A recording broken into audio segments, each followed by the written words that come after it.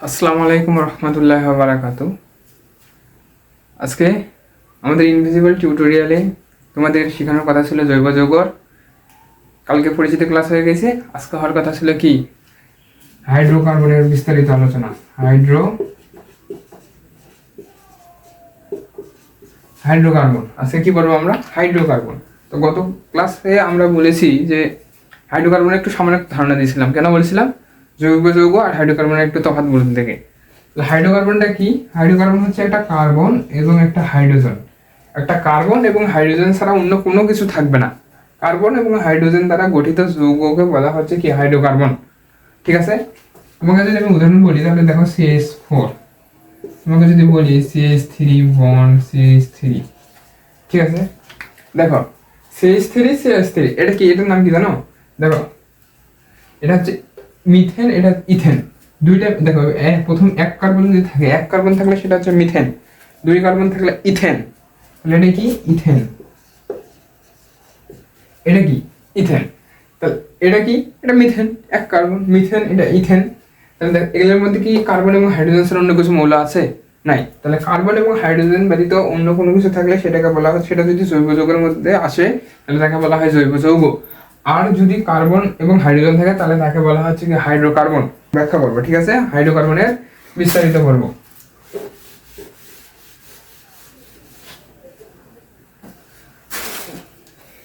তো দেখো হাইড্রোকার্বন,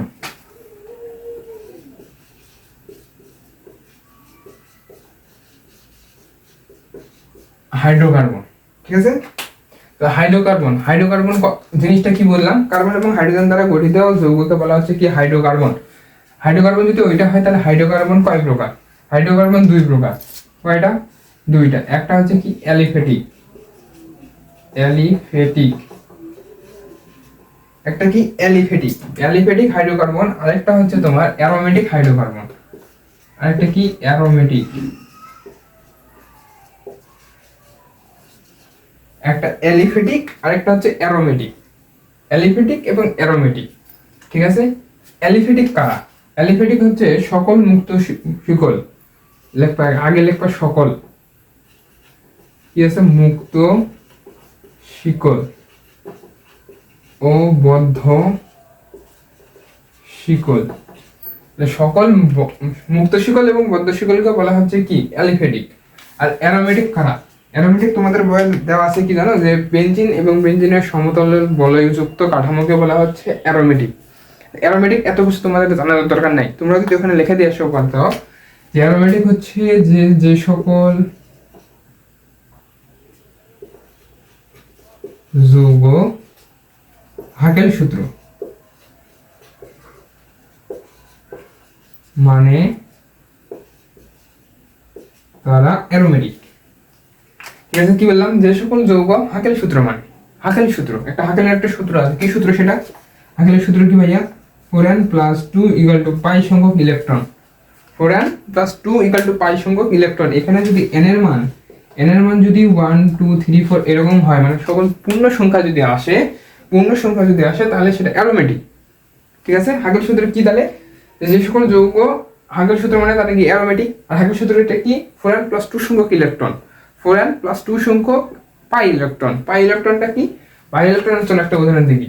তো উদাহরণ ওটা দেখার আগে এটা বোঝো। দেখো এতটুকু পার্থক্য তো বুঝলা? যে দেখো এটাকে তুমি একটা পার্থক্য বলে দিই যে হাইড্রোকার্বন কয় প্রকার? দুই প্রকার। কি কি? Aromatic, aliphatic, aromatic.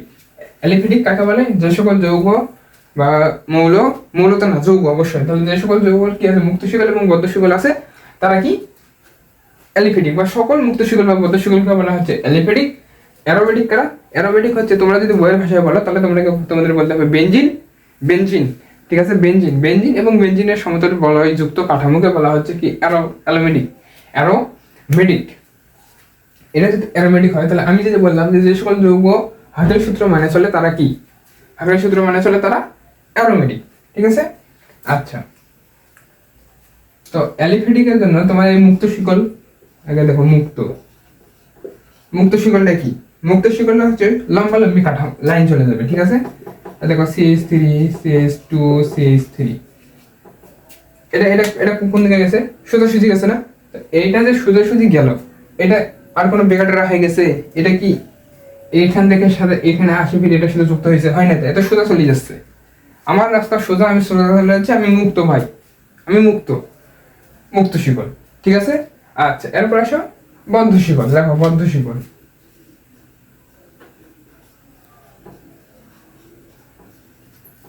বদ্ধ শিকল, বদ্ধ শিকলে কি আছে? বদ্ধ শিকল হচ্ছে, দেখো তোমাকে এই জিনিসটা দেখো, এর নাম ধরো মিথেন, ইথেন, প্রোপেন, প্রোপেন। ঠিক আছে।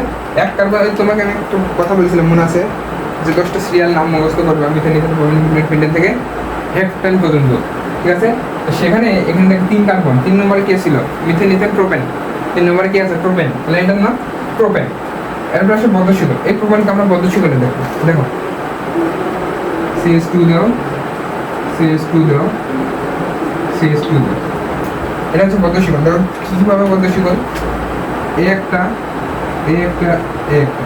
আচ্ছা দেখো, তোমরা মুক্ত এবং বদ্ধ বলতে কি বুঝলে? না, মুক্ত বললে আমি বললাম সোজা যাবে, মুক্ত বলতে সোজা যাবে। বদ্ধ মানে কি? দেখো ত্রিভুজ একটা, চতুর্ভুজ একটা, এরা আটকে আছে না ভিতরে, এটা বদ্ধ অবস্থায় না। দেখো তো, এটা কি বদ্ধ না?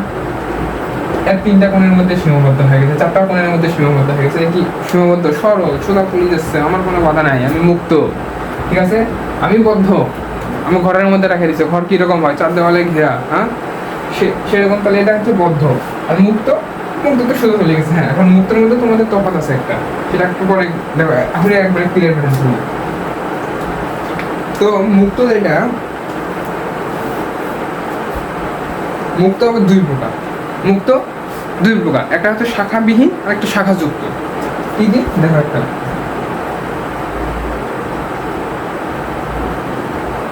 শাখাযুক্ত, একটা শাখাযুক্ত। তো শাখাযুক্তটা কি? শাখাযুক্ত হচ্ছে তুমি এরকম করে লিখলা CH3 bond, CH bond, CH3 2। তাহলে দেখো তো এখানে কয়টা হাফ মিলছে কার্বনের? 1 2, হাইড্রোজেন একটা উপরে চলে যাবে। মনে করো সাপোজ তুমি এটা এইভাবে দিলে, এইটা, তাহলে কয়টা হলো? 3টে হাত না? 1 2 3। কিন্তু কার্বনের যদি কত? 4। কার্বনের যদি তো 4, তাহলে যদি 4 হয় তাহলে তুমি এখানে মনে আরেকটা লাগিয়ে দিলা CH3। ঠিক আছে। তাহলে দেখো তো, আমি এখন এই হাইড্রোজেনটাকে এখানে বসিয়ে দিই, ওটা তোমাদের বোঝানোর জন্য দিচ্ছি। তাহলে দেখো এখানে তাহলে কি নিচে একটা আসছে না? নিচে আসছে কিনা? হ্যাঁ, তাহলে নিচে যদি আসে তাহলে একটা শাখা বেড়ে গেছে না? গাছের ডাল একটা বেড়ে গেছে না? এটা যদি শুধু একটা গাছ হতো তাহলে ডাল না এটা? তাই তো। তাহলে এর নাম কি হয়? দেখো, যখন শাখা শিকল দেখবা, যেখানে শাখা শিকল দেখবা, শাখা শিকল যে দিক দিয়ে গুনে গেলে কাছে হবে, যে দিক দিয়ে গণনা করলে কাছে হবে, মেইন শিকলের, মেইন শিকল কোনটা? মেইন শিকল হচ্ছে সেই শিকল যে শিকলটা তুমি যদি গুণ হয় তাহলে সেখানে সর্বাধিক পরিমাণ কার্বন পাবা, বেশি পরিমাণ কার্বন পাবা, সেটা হচ্ছে মেইন শিকল। ঠিক আছে। এখন দেখো তুমি এইভাবে সোজা গুনতে যাচ্ছ, 1 2 3, 1 2 3 করে গুনলা, কয় নম্বরে আছে? 2 নম্বরে আছে। 1 2, 2 নম্বরে পড়ছে এটা। আবার এই দিক দিয়ে গুণ করতে দেখো কোন দিক দিয়ে বেশি হয়? 1 2 3। ঠিক আছে না? তার মানে আবার 2 পড়ছে। আবার দেখো 1 2 3, 1 2 3। এখানে দেখো আমি কিভাবে গুনলাম, 1 2, এটাকে আমি 3 ধরছি। যদি তাই ধরি তাহলে 1 2 3, তাহলে 2 নম্বরে দেখ একটা হচ্ছে তোমার শাখা শিকল পাওয়া যাচ্ছে না? হ্যাঁ, এটাকে বলা হয় মিথাইল গ্রুপ। ঠিক আছে। এটা তোমাদের না, এই জন্য বলতেছি না এটা। তাহলে দেখো তোমাদের, আমি তোমাদের সহজে বলতেছি কয়টা? 1, এটাকে 2 ধরলাম, এটাকে 3 ধরলাম, সোজা পথে গেলাম। সোজা পথে গেলে তাহলে এটা কয় নম্বরে আছে? 2 নম্বরে। এটার নাম কি? Methane, ethane, propane. প্রোপেন। তার মানে এর নাম কি আসবে? আগে হচ্ছে এর নাম দিবা। তাহলে কত নম্বর আছে? 2 methyl, methane, ethane, propane, 2 methyl propane. তাহলে এর নাম কি? 2 মিথাইল প্রোপেন। ঠিক আছে। আচ্ছা, তোমাদের শাখা শিকল চলে গেল। ঠিক আছে। আর বদ্ধ শিকল কিন্তু এটুকু। বদ্ধ শিকলের মধ্যে একটু আরেকটু আছে, ধরো বদ্ধ শিকলে আরেকটু আছে। মুক্ত শিকলের শাখা যুক্ত গেলে, এখন শাখাবিহীন কি? শাখাবিহীন এই যে এটা ভাই, দেখো কোনো শাখা আছে? নাই, সোজা চলে গেছে। আমার ডালপালা বাড়াই নেই। আমি কিসের গাছ? এটা রে নারিকেলের গাছ, নারিকেলের গাছ। আশেপাশে কোনো ডাল বাড়ায় না, ভুলবশত বাড়াই, ওটা খুব রেয়ার জিনিস। তো এটা দেখো যে এটা হচ্ছে সোজা উঠে গেছে, সোজা যাচ্ছে মুক্ত শিকল। মুক্ত শাখাবিহীন শিকল, শাখা নেই, শাখাবিহীন। এ মুক্ত উঠতেছি, হঠাৎ করে একটা ডাল বাড়িয়ে গেছে আমার, হঠাৎ করে একটা ডাল বাড়িয়ে গেছে, তাহলে সেটা কি আমাদের শাখাযুক্ত শাখাযুক্ত মুক্ত শিকড়। কারণ কি এর কোনো বদ্ধ নাই, ঘিরানি নাই, তো সেইটা হচ্ছে এটা। ঠিক আছে, আচ্ছা তাহলে মুক্ত শিকড় শেষ, মুক্ত শিকড় শেষ। বরাবর মুক্ত শিকড় বুঝছো কিনা? মুক্ত শিকড় বুঝছো কিনা? হ্যাঁ বুঝছো, আচ্ছা। তাহলে বদ্ধ শিকড়, বদ্ধ শিকড়ে তোমাদের এইটা বুঝলাম। বদ্ধ শিকড়ে একটা কি আছে, বদ্ধ শিকড়ের মধ্যে কিছু কিছু আছে যে সাইক্লো আছে। ঠিক আছে, সাইক্লো শব্দটার মানে কি দেখো, তোমাদের বিউটেনকে কল্পনা করা। বিউটেন কত রে?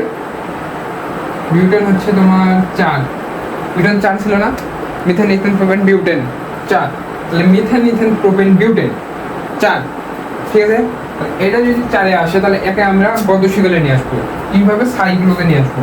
তাহলে সাইক্লোটা কিরকম? সাইক্লোটা তোমাকে এরকম একটা চিত্র দিবে। এই যে চিত্রটা দিল, এই চিত্রতে তোমার কি বুঝাতে? এই যে একটা কোণে এক একটা করে কার্বন থাকে, এক একটা কোণে এক একটা কি থাকে? কার্বন থাকে। তাহলে এক একটা কোণে যদি এক একটা কার্বন থাকে, তাহলে দেখা যায় এখানে একটা কার্বন আছে, এখানে একটা, এখানে একটা, এখানে একটা। কয় কার্বন? 4 কার্বন। 4 কার্বন কার? বিউটেন। তাহলে বিউটেন এর নাম প্রথমে কি লিখলাম? বিউটেন। এটার নাম লিখলাম বিউটেন। এখন দেখো তো এটা বদ্ধ অবস্থায় আছে না? তাহলে বদ্ধ অবস্থায় থাকলে কি বললাম? সাইক্লো। কি লিখবা? Cyclo, cyclobutane. কি নাম? সাইক্লোবিউটেন। কারণ কি বদ্ধ অবস্থায় আছে, বিউটেন সাইক্লো এরকম আবার কি শব্দ এটা? তুমি যদি বলো ভাইয়া বিউটেন তারপর সাইক্লো লাগিয়ে দেবো, এটা কোনো শব্দ হলো? Butane cyclo, cyclobutane. ঠিক আছে, এটাকে যদি এখন তোমাকে আমি দেখাই তাহলে এটা তোমাকে কীভাবে দেখাবো? দেখো এই দুটাকে আমি সরিয়ে দিলাম, এটাকে আমি 2 করে দেবো। কেন 2 করে দিচ্ছি? দেখো দেখো কার্বনের যোজনী কত? 4।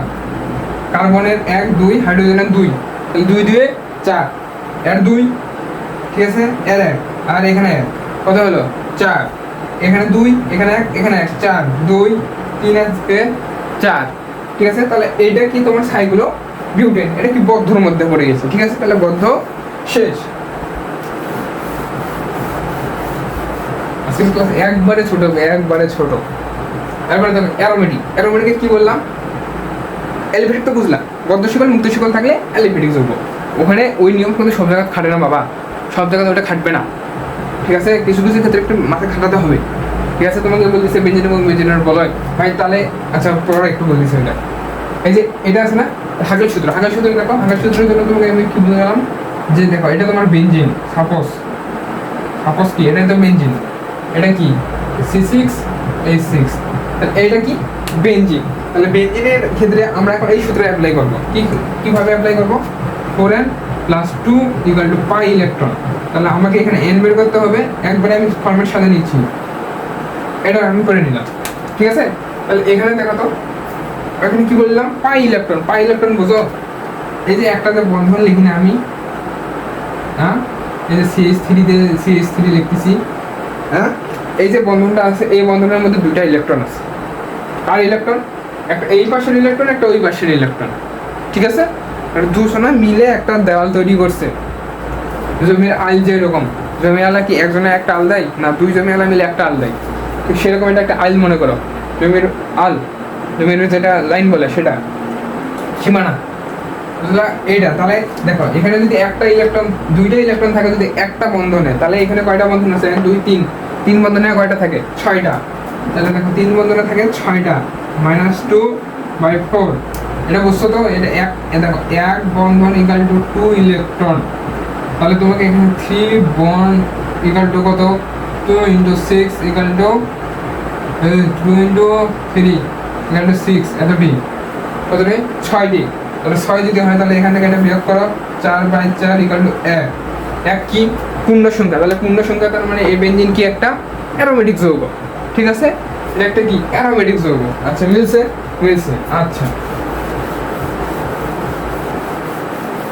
আর আরেকটা উদাহরণ দেখো,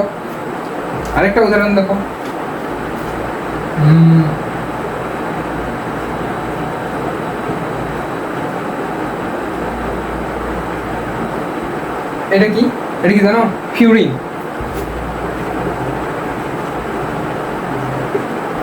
এটা কি ফিউরিন। তাহলে এটা যদি ফিউরিন হয় তাহলে এটা অ্যারোমেটিক নাকি অ্যালিফেটিক কীভাবে বুঝবা বলো, একটু ভাবো তো, করো দেখি। শুধু কথা তো এটাই, একই একই স্টাইলে করবা না, করো। তো দেখো করে দিচ্ছি। 4n + 2 = 5 electron. 4n + 2 = কয়টা? 1 2। তাহলে দুইটা ইলেকট্রনের জন্য কয়টা? দুইটা বন্ধনের জন্য একটাতে দুইটা, তাহলে দুইটাতে চারটা। তাহলে দেখো বন্ধনের মধ্যে আছে কয়টা? চারটা আছে, ঠিক আছে। বন্ধনের মধ্যে কয়টা আছে? তাহলে দুইটা বন্ধন, দুইটা বন্ধনে আছে কয়টা? চারটা। আচ্ছা, এই যে এগুলো বুঝো ফোটাটা, এটা হচ্ছে মুক্ত ইলেকট্রন। কি? মুক্ত ইলেকট্রন। তাহলে মুক্ত ইলেকট্রন এগুলা যখন দেখবা, এখানের ক্ষেত্রে বন্ধনের মানে তোমাদের এই বন্ধন ভিতরের দিকে কয়টা ইলেকট্রন আছে, ভিতরের দিকে কয়টা ইলেকট্রন আছে সেই কয়টা গণনা হবে। কয়টা আছে? দুইটা আছে। আচ্ছা, তাহলে এখানে তাহলে +2 করে দাও। কারণ কি? মুক্ততে কয়টা আছে? 1 2 3 4টা আছে। চারটা ফোটা দিছি না এখানে? এখানে তো চারটা দিছি, তাহলে এখানে চারটা ইলেকট্রন থাকার কথা। তাহলে আমি দুইটা কেন নিলাম? কারণ এটা ভিতরে আছে দুইটা। তাহলে কত হলো? 6।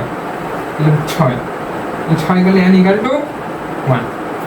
n = 1, n = 1 মানে পূর্ণ সংখ্যা, অ্যারোমেটিক জন্য। ঠিক আছে, অ্যারোমেটিক এবং অ্যালিফেটিক শেষ। আজকের ক্লাস এখানেই।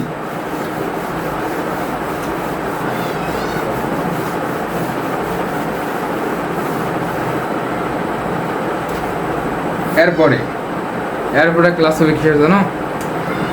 অ্যালকিন, অ্যালকাইল, ঠিক আছে, অ্যালডিহাইড, অ্যালকিন, কিটো, অ্যাসিড, এগুলা। তার মানে সমগোত্রীয় শ্রেণীর ক্লাস হবে।